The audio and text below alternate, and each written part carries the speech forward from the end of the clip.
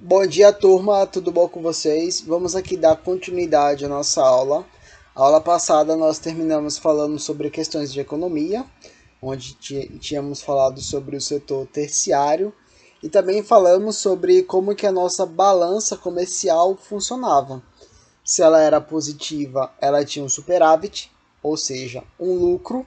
Se a nossa balança comercial era negativa, ela tinha um déficit, ou seja, um prejuízo. Ok? Isso aqui é importante para saber como que está a economia do seu negócio, da sua cidade, do seu bairro, do seu estado ou do seu país.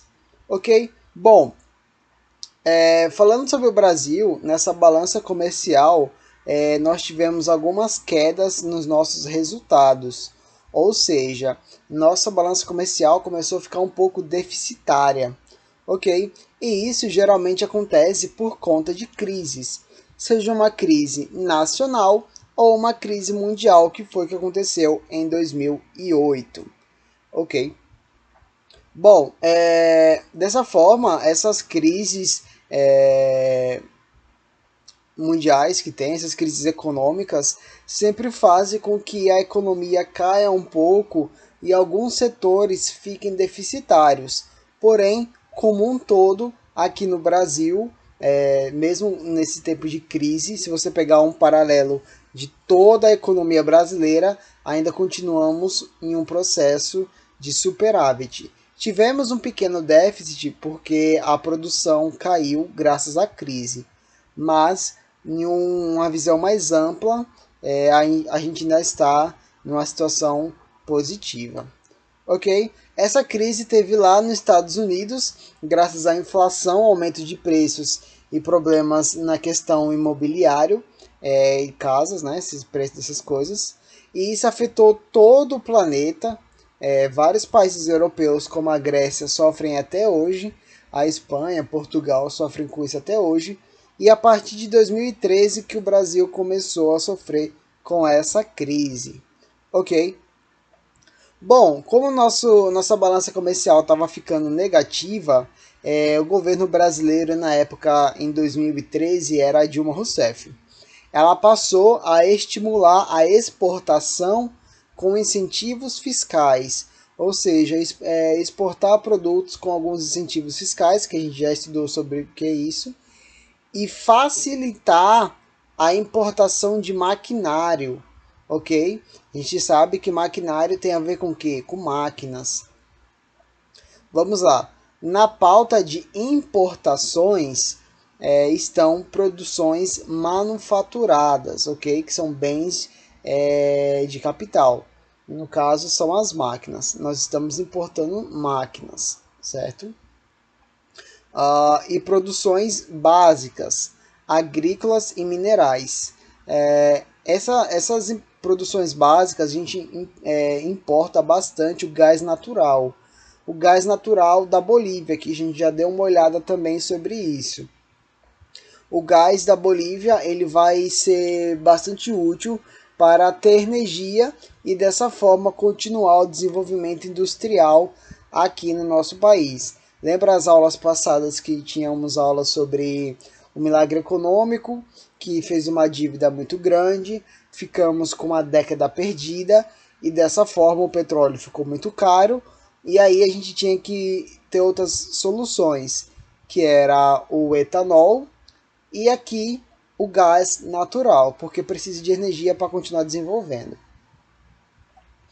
Nos últimos anos, foi dado início também à importação de bens de consumo, como o que? Automóveis, no caso, os motores e as peças de reposição, naquelas indústrias que vendem produtos para outras indústrias, lembram disso? Equipamentos eletrônicos, telefone e várias outras coisas, e bens de informática, notebook e esses produtos. Vamos lá. Estamos importando bastante porque a gente está com esse problema de produção, graças à crise. Então, olha só que contradição, olha só que problema. Entre as causas dessa importação, nós estamos importando essas máquinas, esses telefones, Tudo isso porque nós temos uma dependência tecnológica muito grande. O que é essa dependência tecnológica? A gente depende da produção de outros países. Por quê, professor? Porque nós não nos desenvolvemos e nós não investimos em educação e ciência. Se a gente não investe em ciência e educação, como é que a gente vai produzir essas coisas? Não tem como. E a necessidade de fontes de energia e derivados para o setor industrial, que foi o que eu falei para vocês. Importar energia, gás natural, essas coisas para que a indústria continue se desenvolvendo. Bom, a gente importa porque a gente depende. Beleza? Beleza. Como consequência, nós temos uma redução de investimentos, porque se a gente comprou, a gente gastou dinheiro. Então a gente tem que reduzir alguma coisa, porque o dinheiro não é infinito, não é verdade? Então, nós compramos porque dependemos e gastamos o dinheiro que seria investido em quê? Em ciência, em pesquisa e tecnologia. Então tá vendo que é um problema? Bom, se a gente investisse esse dinheiro em ciência, em pesquisa, em tecnologia, nós não teríamos essa dependência tecnológica para comprar tudo isso aqui, certo? Estão vendo onde está o problema do Brasil? Um dos vários problemas do Brasil é que o governo não investe em educação, em pesquisa, em ciência e nem em tecnologia, certo? Então o que acontece? Nós não conseguimos produzir e dessa forma a gente só consegue comprar. Quando a gente compra esses produtos, a gente consegue consumir, não é verdade? Mas fica sem dinheiro para educação. Sem educação, nós não conseguimos prosperar. Não conseguimos fazer o nosso, não consegue ficar mais barato. É um problema enorme, certo? É um problema que o governo ignora porque quer manter a situação atual. Ok? Vamos lá. Os produtos exportados, ou seja, que a gente manda para fora pelo Brasil, são basicamente primários. Claro, a gente não consegue produzir tecnologia, só vai mandar as coisas baratas. Soja, óleos brutos e minérios de ferro. As imagens a seguir retratam produtos que estão na pauta da exportação na atualidade. Então, nós compramos carros, máquinas, computadores, celulares e exportamos soja. Aí você acha que a nossa balança comercial vai ficar como? Lucro ou prejuízo? Prejuízo. O que você acha mais viável? A gente compra um carro e vende soja. Obviamente, nós estamos gastando mais do que lucrando na nossa venda. E minério de ferro também. E quem são os parceiros comerciais do Brasil que fazem essas transações? Bom, vamos lá. Segundo o Ministério da Indústria, Comércio Exterior e Serviço, em 2007, o Brasil registrou um superávit de 67 bilhões na balança comercial. Ok? Isso é um crescimento de 18% dos anos anteriores, que foram 47%. Então a gente fala, nossa, o Brasil está desenvolvendo economicamente. Desenvolvendo economicamente em passos pequenos. Esse 18% poderiam ser muito maiores se a gente desenvolvesse a nossa educação para a gente produzir ao invés de comprar. É só vocês verem países que investiram em ciência, como o Japão, por exemplo, olha só quanta tecnologia eles têm. Tem vários exemplos para dar, certo? Vamos lá. Esse crescimento econômico, esse superávit da balança, tem íntima ligação com o aumento das exportações. Essas exportações que começaram em 2013, no governo da Dilma Rousseff. É engraçado a gente lembrar isso, porque o que a mídia trouxe é que nós estávamos em crise com a Dilma e por isso tiraram ela do poder. Lembram? Mas foi graças a esse método, esse plano que eles tiveram no governo de antes, que agora, em 2017 para cá, o Brasil está tendo um crescimento na balança comercial. Mas não é isso que a gente vê na televisão, não é? Isso aqui não é uma opinião do professor, ok, pessoal? É uma visão crítica do que está acontecendo, não é algo político aqui. O que era passado na televisão para a gente? Estamos em crise, o presidente não sabe o que está fazendo, vamos tirar ela do poder e depois a gente vê o resto. O que aconteceu? Desde então, só temos problemas em questões governamentais, mas na economia está crescendo por causa de uma ação do passado. É a mesma coisa, é o mesmo discurso daquele golpe de 64 que eu mostrei para vocês antes. Lembro para vocês? Aulas passadas. Teve a ditadura militar e qual que foi o principal plano lá? Vamos recuperar a economia. Aconteceu o quê? Milagre econômico. Melhorou a economia? Melhorou. Melhorou antes, melhorou agora, estamos vendo. Só que o que aconteceu depois? Então, aconteceu a década perdida, várias outras coisas, mas na época foi visto como bom, ok? Mas a história mostra que depois é a gente que paga a conta. Vamos lá. Tem uma ligação com o aumento das exportações, que começou em 2013, o qual, por sua vez, está relacionado aos preços dos produtos primários no mercado mundial, certo?